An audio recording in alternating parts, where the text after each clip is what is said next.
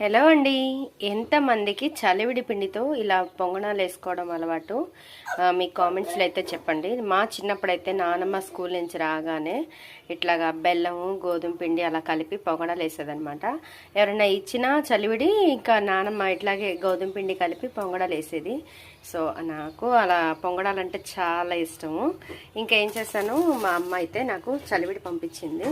ఆ చలివిడితో ఇలా గోధుమ పిండి కలిపి నేనైతే పొంగడాలు వేసుకుంటున్నాను. మీలో ఎంతమందికి పొంగడాలు ఇష్టమో మీ కామెంట్స్లో అయితే చెప్పండి.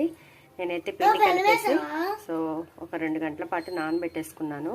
ఇప్పుడైతే పొంగడాలు వేసుకుంటున్నాను. నాకైతే చాలా చాలా ఇష్టం అండి. మరి మీలో ఎంతమందికి ఇష్టమో మీ కామెంట్స్లో చెప్పండి, ఓకేనా? చూసారా పొంగడాలు ఎంత బాగున్నాయో. మా చిన్నప్పుడైతే మా తాతయ్య రిక్షాకి వెళ్ళొచ్చి సో మా పిల్లలందరికీ మేము మా మేనత్త పిల్లలందరినీ లైన్లో నించోబెట్టి మా తాతయ్య అందరికీ తలా ఒక పావుల తలా ఒక 10 రూపాయలు ఇచ్చేవాళ్ళు అనమాట. అలా ఇస్తే ఆ డబ్బులన్నీ తీసుకొని ఇటువంటి కొట్లోకి వెళ్ళి కొనుక్కుంటారు, ఇటువంటి అని మా నాన్నమ్మ అయితే తీసుకొని ఇలాగే గోధుమ పిండి బెల్లం తెప్పించేసి చక్కగా ఇలా పొంగడాలు వేసి పెట్టేదనమాట. అసలు నిజంగా అండి ఆ రోజులు మళ్ళీ రావు. అలా నానమ్మ చేతుల మీద తింటాం కానీ ఏదైనా సరే కదా. కానీ నాకు ఈ పొంగడాలు వేసుకున్నప్పుడల్లా మా నానమ్మ భలే గుర్తొస్తుంది. టేస్ట్ని అప్పటి ఆ రోజుల్ని మర్చిపోలేము, ఆ జ్ఞాపకాలని మర్చిపోలేము, ఆ రుచుల్ని మర్చిపోలేము కదా.